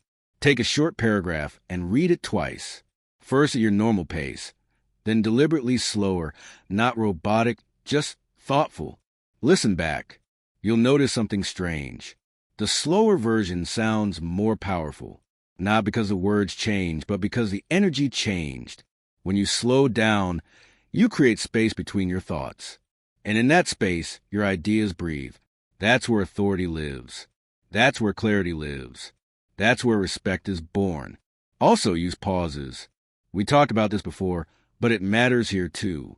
Pausing after key points gives your message weight. You don't have to fill every second. Let your sentence land. Let it echo. Then continue. This rhythm keeps people listening. It also gives you time to think. So you say what you mean, not just what you remember. Now here's a mindset shift. Stop thinking of speaking as performance. Think of it as presence. You're not trying to entertain. You're trying to connect. When you rush, you're focused on yourself. When you slow down, you're focused on them. You're watching their faces, reading their reactions, adapting your message in real time. That's what great communicators do. They don't just talk. They listen while they speak. That's only possible when you slow down. One more tip: watch speakers you admire. Notice their pacing. You'll find that the most magnetic communicators are rarely fast talkers. They use rhythm. They create cadence. They're not afraid to sit in silence for a second and let you wonder what's coming next, because they know the moment is theirs. And they don't need to race through it. Now let's address a fear. You might worry that slowing down will make you sound boring or too serious. That's not true. Boring isn't about speed. Boring is about energy. You can speak slowly and still be expressive. You can speak slowly and still be engaging. It's not about dragging. It's about pacing with presence. Another fear: what if I forget what I'm saying? Well, slowing down actually helps you think better. It gives your brain space to find the next idea. Fast talking is what causes blanks, not slow talking. When your pace is steady, your mind feels clearer. You're not racing ahead. You're walking through your message. And people follow you more easily when you walk. Let's recap. Slowing down builds confidence. It sharpens your message. It deepens your presence. It creates clarity. It holds attention. It increases trust. It commands respect. So the next time you speak, whether in a meeting, a presentation, a conversation, remember this. You're not here to escape the moment. You're here to shape it. Speak like someone who belongs in the moment, because you do. Speak like someone whose ideas are worth hearing, because they are. Speak like someone who doesn't need to rush to be respected, because your presence is more powerful than your speed. And the moment you slow down, you'll feel it. So will they. The first sentence you say in any room is the most powerful. Why? Because first sentences don't just start conversations. They set the tone. They decide whether people listen to you or ignore you, whether you sound like a leader or just another voice in the background. In those first few seconds, people are not judging your content. They're judging your energy, your presence, and your clarity. Before your idea lands, you do. So here's the truth most people miss. If your first sentence is weak, scattered, apologetic, or confusing, it doesn't matter how good the rest of your message is. You've already lost the frame. But if your first sentence is sharp, grounded, and intentional, people immediately lean in. They may not even know why, but something in them says, this person matters. Let's break down what makes a first sentence powerful. First, it must be clean. No fillers. No apologies. No over-explaining. Avoid starting with, I'm not sure this makes sense, but, or, sorry, I just want to quickly say, these kind of openings kill authority before you've even shared an idea. Instead, open with clarity. Here's what I believe. There's one thing I want to share. I've been thinking about this problem. Clean beginnings build instant respect. Second, your first sentence must be anchored in purpose. Don't start with randomness. Start with direction. Your listeners should feel like you're taking them somewhere. Even if they don't know the full path, they trust that you do. So instead of starting with context that rambles, start with intention. I want to challenge something. I've got an idea that might shift our approach. This matters because it affects all of us. Purpose anchors attention. Third, use your voice with certainty. Most people start soft. They're testing the waters. But when you speak with quiet conviction from the first second, when your tone says, I'm not afraid to take up space, you create a presence that commands attention. The first sentence doesn't have to be loud. It just has to be stable, measured, clean. Your voice should sound like you're already welcome here. Fourth, make it about them. If you can shape your opening sentence around their needs, not just your ideas.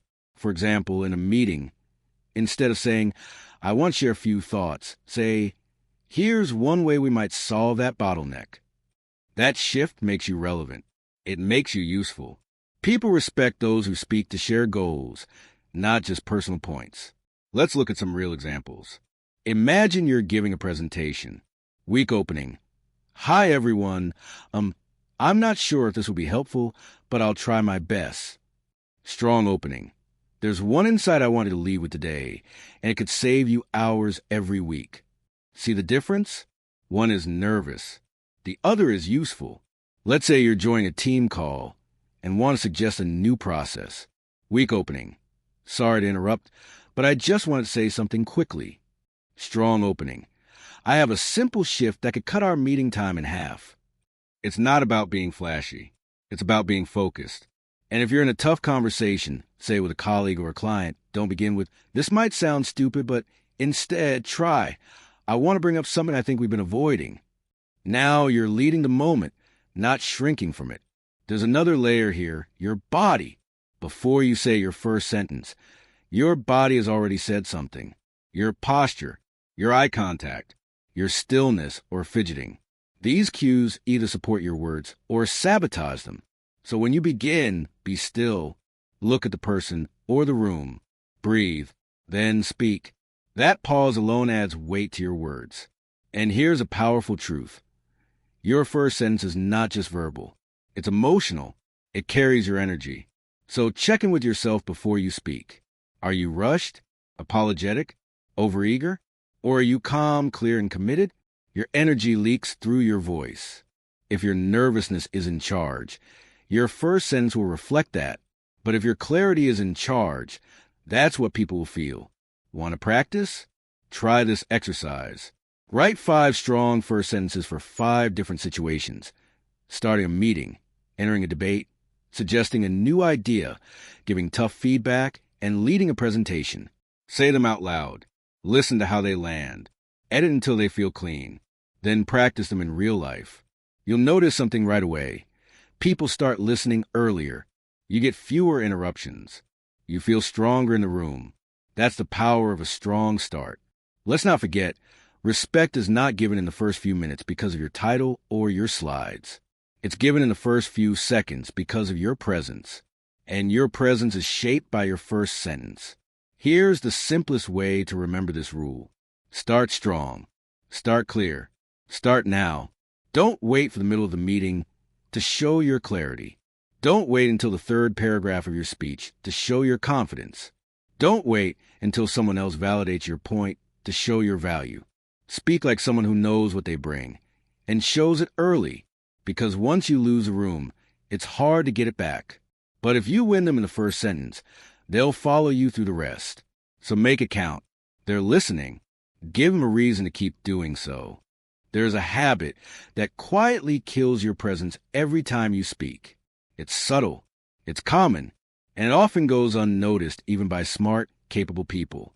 It's the habit of apologizing for speaking, of shrinking before you even begin, of stepping into a room, then immediately stepping back from your own voice. And if you want people to respect you, if you want to be heard and remembered, that habit must go. We've all seen it. Maybe we've all done it. It sounds like this: sorry, I just wanted to say, or this might be a dumb idea, but, or I'm probably wrong, but these aren't polite. They're not humble. They're self-erasing. They tell the room, I don't trust my voice, so you probably shouldn't either. And people believe you, because confidence is contagious, but so is doubt. And when you apologize for speaking, you give away your authority before you even speak your truth. Let's be clear. This is not about being arrogant. It's not about pretending you're always right. It's about owning your place in the room, owning your perspective, owning the fact that your thoughts are worth sharing. Not because they're perfect, but because they're yours. You are allowed to speak without apologizing. In fact, you must. So why do we apologize? Because we've been taught that taking up space is dangerous. We've learned to equate speaking with being judged. We've been told that certainty is arrogance, that having a strong voice makes you pushy or difficult or aggressive. So we pad our sentences. We soften our truths. We lead with disclaimers. But here's the truth. Every time you apologize for speaking, you train people to value your words less. And worse, you train yourself to believe they don't matter. That stops today. Let's unlearn the need to apologize. Let's replace it with presence. Let's talk about what to stop doing and what to start doing. Stop saying sorry when you mean, excuse me. You don't need to say, sorry, can I ask something? Say, can I jump in here? Or, I'd like to add something. Keep it direct. Keep it clean. Sorry should be used for harm, not for participation. Stop leading with disclaimers. Don't say, this might be a bad idea, but say, here's something I've been thinking about. If it turns out to be wrong, you'll adjust. But don't undermine yourself before anyone else gets a chance to. Let your idea stand on its own feet. Stop shrinking your voice at the start. You don't need to be loud, but you do need to be clear. Speak like someone who belongs. Because you do. Now, what do you start doing? Start replacing apology with clarity. If you're about to say, sorry, I just want to add something, stop. Say, I'd like to add something. Same intent, different energy. One says, I'm unsure. The other says, I have value. Start taking a breath instead of shrinking. Before you speak, take one breath. That breath is your anchor. It centers you. It signals to your body that you are safe here, that you are allowed to speak. Then speak from that breath, not from fear. Start trusting silence. People often apologize when they mistake silence for disapproval. Someone goes quiet, and we rush to fill the space. We say, sorry, I didn't mean to, but silence doesn't mean you were wrong. It means they're thinking. So hold your ground. Let them respond. Don't fill space with apology. Let's look at a few real-world examples. Meeting room. Instead of saying, sorry, this might not make sense, say, let me know if this resonates. Now you've turned weakness into invitation. You're confident but open. Client call. Instead of, sorry to bother you, say, is now still a good time? You're still being polite, but with presence. Creative session. Instead of, this idea is probably terrible, say, here's a rough idea we can build on. You give space for feedback without disowning your thought. In all these examples, the difference isn't in the facts, it's in the frame. People don't just hear your words. They hear the way you treat your words. And if you treat them like they're fragile, so will they. So treat them like they're worthy. Speak them with care, yes, but also with confidence. There's another layer here. When you stop apologizing for speaking, you model that behavior for others. You show people that it's okay to own their voice. You raise the standard for presence in the room. You normalize confidence. That changes cultures. One person who speaks with grounded presence lifts the entire conversation. That can be you. That should be you. Now let's talk self-talk. Because the habit of apologizing usually starts in your own mind. If your internal voice says, "Don't mess up," or "They probably know more than me," or "This isn't smart enough," you'll carry that into your actual voice. So shift the self-talk. Say this to yourself: "I'm here to contribute, not to impress.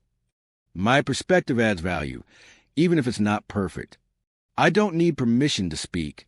I bring something worth hearing." Say it every day until your nervous voice becomes a strong one. Here's an exercise to help. Write down 3 ways you tend to apologize unnecessarily when speaking. Then rewrite each one with strength.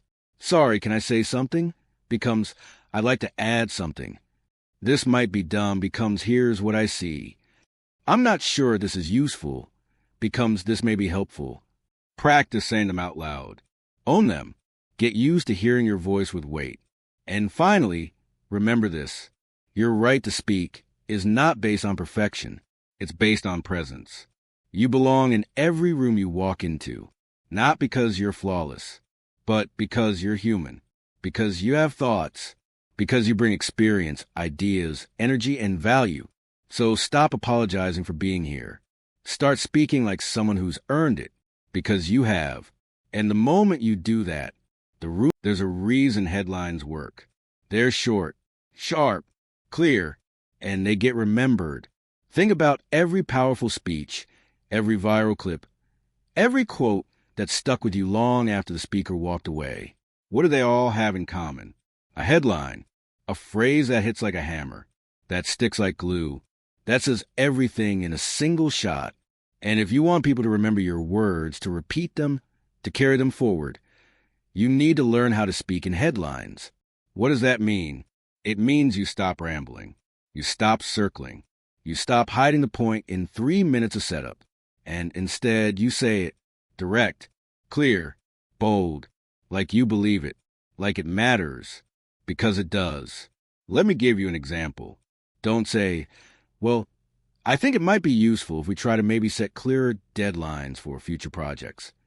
That's soft. It's forgettable. Instead, say, "Deadlines need to be sharp or they don't exist." Boom. That's a headline. It wakes people up. It tells them you're not here to fill time. You're here to lead thought. The brain loves clarity. It remembers contrast. It wants structure. That's why headlines work. They're linguistic anchors. They give people something to hold on to, something to quote, something to share. When you speak in long-winded paragraphs, people lose you. But when you drop a headline, they snap to attention. They nod. They write it down. They say, "That's good." So how you do it? Start with this rule. Say the point before the proof. Most people do the opposite. They walk you through the whole setup, then finally get to the point at the end. But in a world full of noise and short attention spans, you have to flip it. Lead with the line that matters. Then back it up. Here's how it sounds. Here's the truth. People don't leave companies. They leave managers. Attention isn't free anymore. You have to earn every second. We're not short on time. We're short on focus. Those are headlines. They land in the first 5 seconds. They spark curiosity. They shape the rest of conversation. Here's another trick. Use contrast. The best headlines often live in opposites. Busy doesn't mean productive. Being liked isn't the same as being respected. Comfort is the enemy of growth. These lines work because they challenge assumptions. They wake up the mind. They create tension. And tension gets remembered.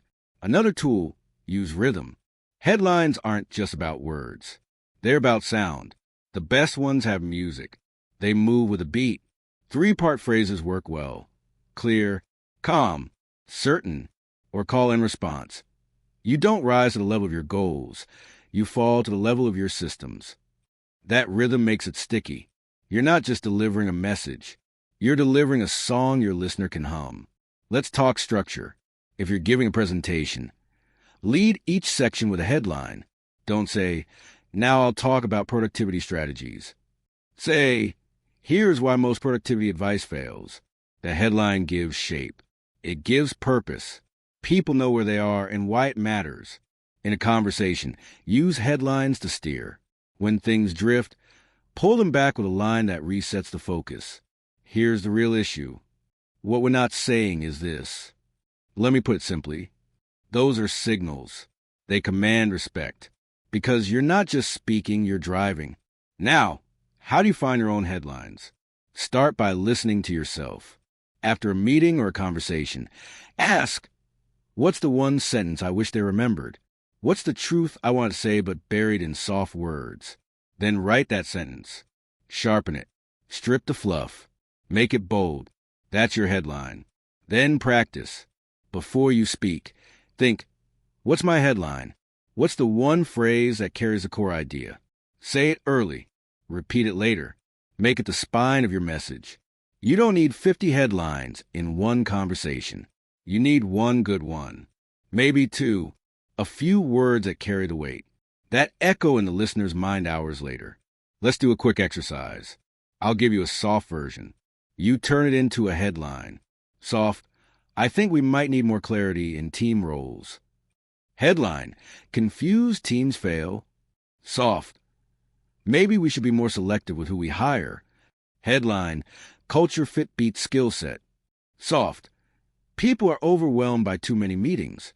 Headline, meetings are killing momentum. Do you feel the difference? Same idea, different delivery. One fades, the other sticks. Here's the secret.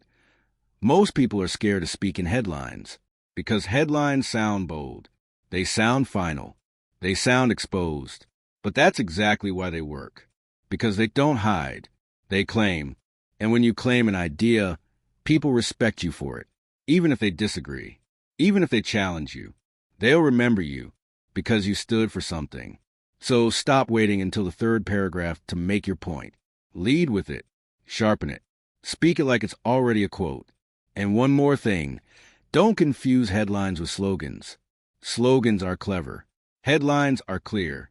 You're not here to be cute. You're here to be understood. So speak with edge, but also with purpose. Make every sentence earn its place, especially the first, especially the last. Because here's what you want. You want people to say, I remember what she said. That line hit me. That changed the way I see it. You want to become quotable. And quotable people get listened to, get respected, get invited back. So speak in headlines, not to be clever, but to be clear, not to impress, but to lead. Say something that sticks, because sticky ideas spread. And when your words spread, so does your influence. Most people think that power in communication comes from words, from what you say, from how you say it. But that's only part of the truth. Real presence, real respect, comes from what you don't say.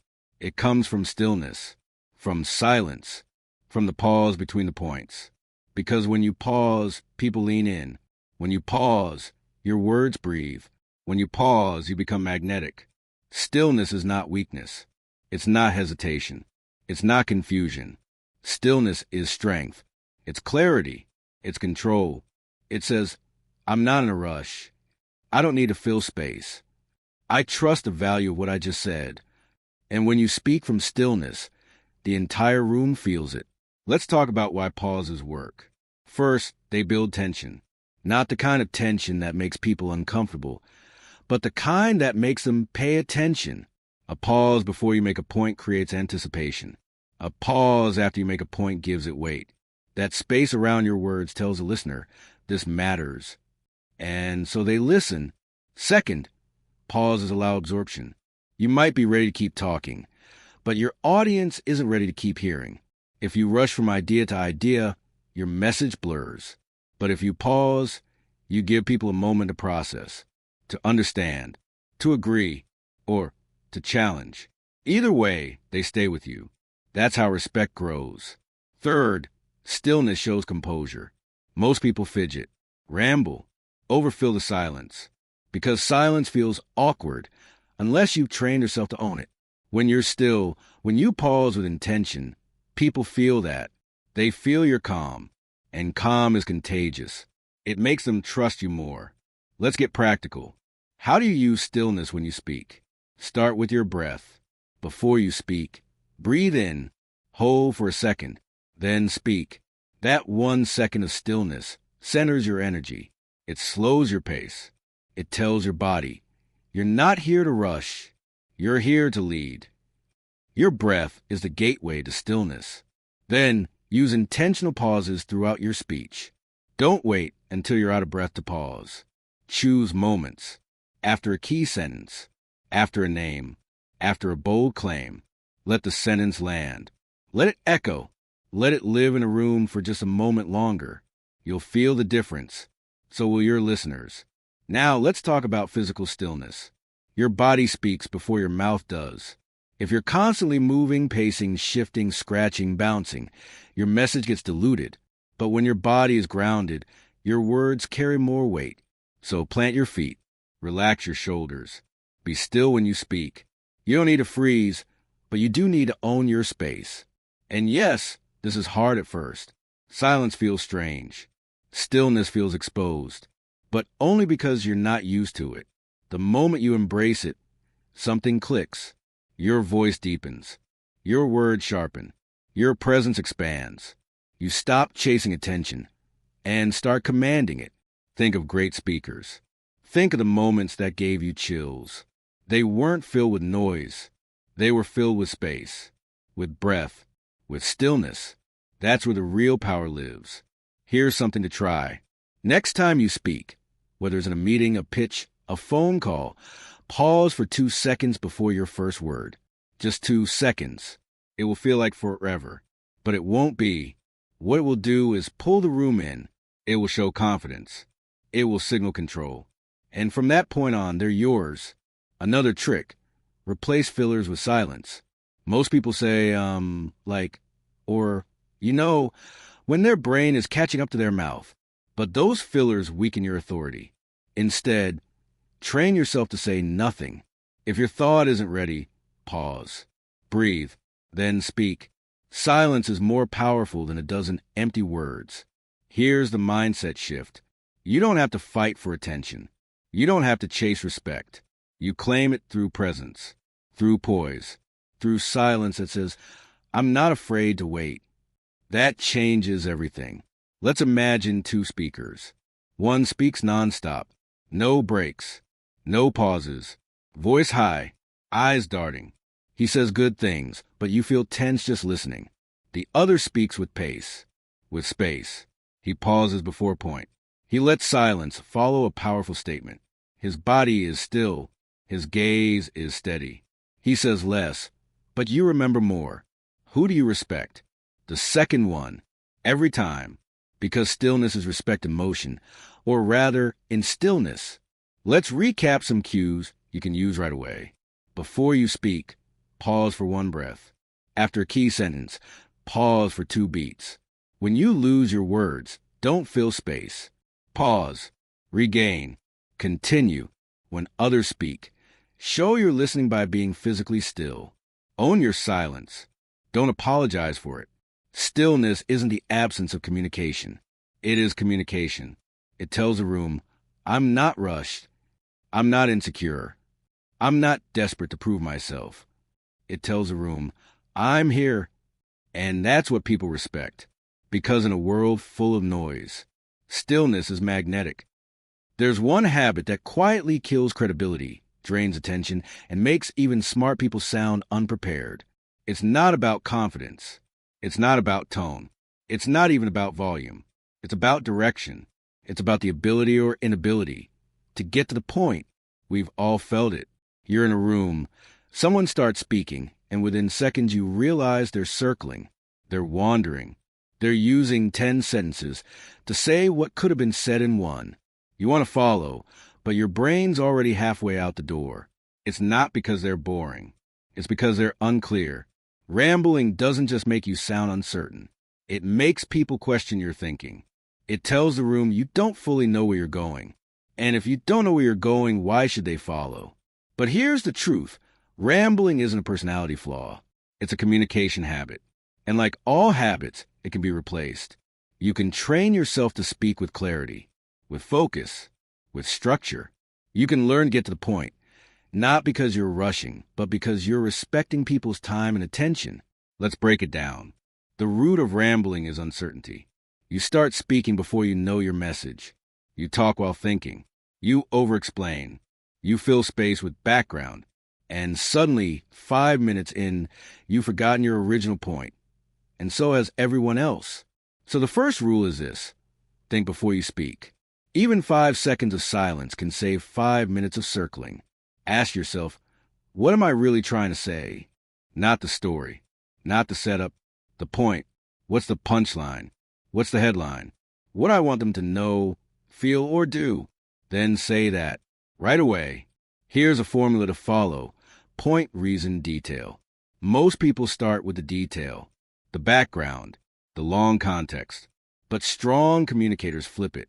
They begin with the point. For example, week. So last week we had this meeting with a client, and we went over a few things, and they had some feedback. And now we're thinking maybe strong. We need to revise our client strategy. Here's why. Last week they gave feedback that suggested we're misaligned on value. Boom. Direct, clear, purposeful. You know what they want. You know why it matters. Now you're ready to hear more. Let's talk about verbal clutter. These are the extra words you don't need but use out of habit. Phrases like, I just wanted to, I think that maybe what I'm trying to say is... All of these dilute your message. Cut them. Train yourself to speak cleanly. Don't say, I'm just going to quickly try to explain this idea I had. Say, here's the idea. Don't say, I don't know if this makes sense, but say, here's my perspective. Every extra word adds fog. Strip them and let the core idea shine. Now, what if you have a lot to say? You still don't ramble. Use structure. Use signposts. Say, 3 quick points. Or, let me walk you through the key pieces. This gives your listener a map. It shows them you're driving, not drifting, and it keeps you focused. Because if you say, 3 points, you know when you're done. You don't wander past the destination.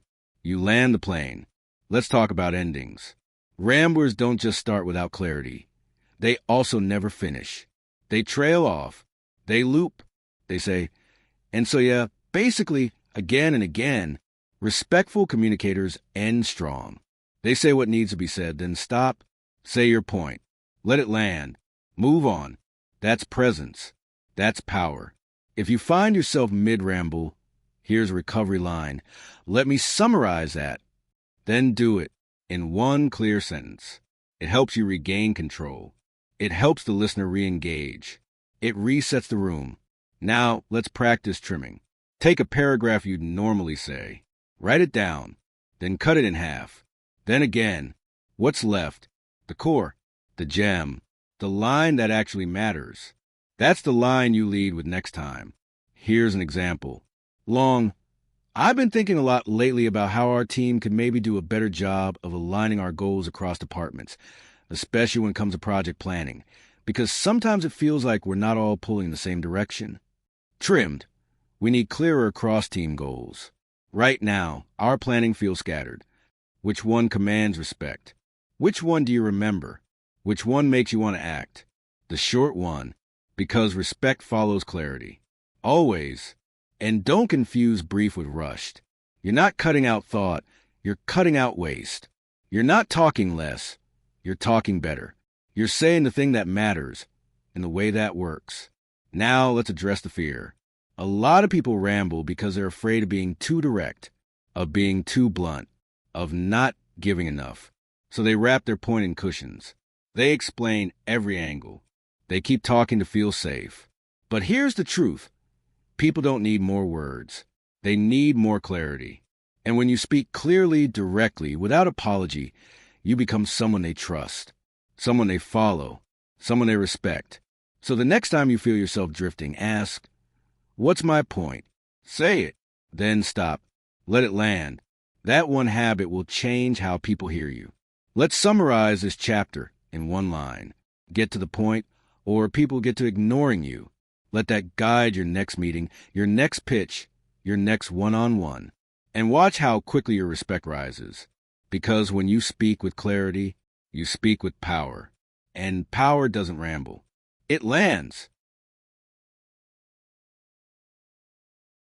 Respect is built in moments. Tiny, often invisible moments. Not just when you impress someone with facts or ideas, but when they feel like you get them, when they feel like you speak their language, when they hear their own thoughts reflected back with clarity and care. That's the secret of mirroring, an ancient but powerful tool in communication. To mirror someone is to reflect their world. Not copy, not mimic, but reflect the way they talk, the words they use, the energy they bring. It creates resonance. It creates connection. And connection is a foundation of influence. Let's be clear, this isn't manipulation. It's not about pretending. It's about listening deeply. It's about being so present that their language becomes part of your response. And in doing so, they feel seen. They feel understood. They feel safe. Why does this matter? Because people are drawn to what feels familiar. We trust people who speak like us. We lean in when someone frames things the way we naturally think. So when you mirror someone well, you instantly build credibility, not by changing your core, but by adapting your style. Let's start with language. Every person has certain keywords and phrases they lean on.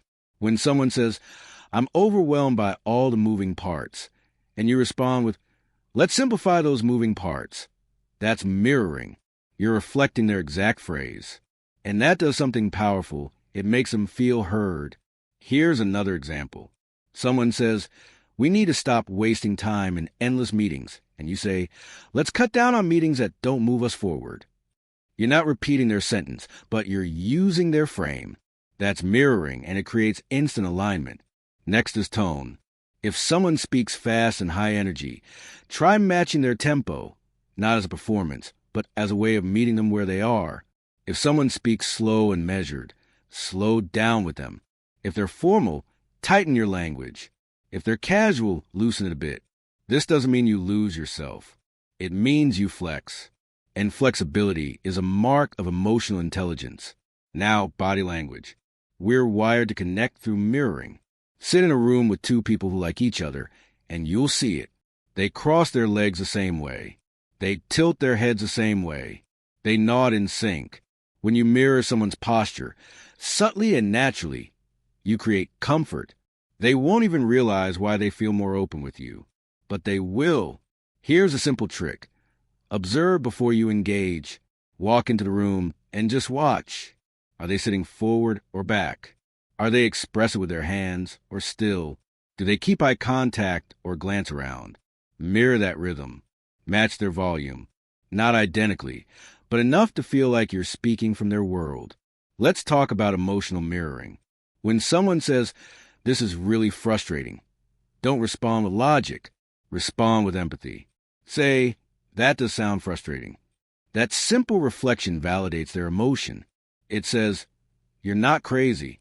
Your experience matters." That's what builds trust. That's what earns respect. Now, here's where most people get it wrong. They think building rapport means talking about themselves. But it doesn't. It means talking like the person you're with, shaping your delivery to land in their world. That doesn't mean you change your truth. It means you change how you carry it. Think of it like a radio signal. Your message is the song. Their language is the frequency. If you want them to hear the music, you need to tune your delivery to their channel. That's mirroring. And yes, it requires effort, focus, listening, but it pays off fast.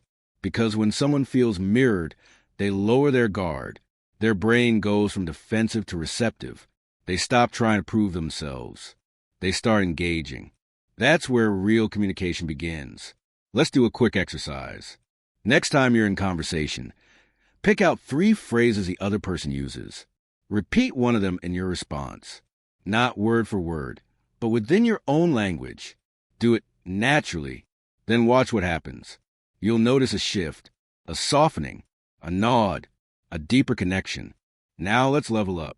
If you're in a professional setting, like a pitch, interview, or client call, do your homework. Read their website. Watch how they write. Do they say innovative or reliable? Do they talk about impact or efficiency? Mirror their language in your pitch. That alignment builds trust before the first handshake. In leadership, mirroring is a superpower. When someone brings you an issue and you reflect their concern in your response, you show them they matter. It sounds like you're not just worried about the timeline, but also about how the team is coping. That one sentence creates loyalty. It says, I'm not just hearing you, I'm listening.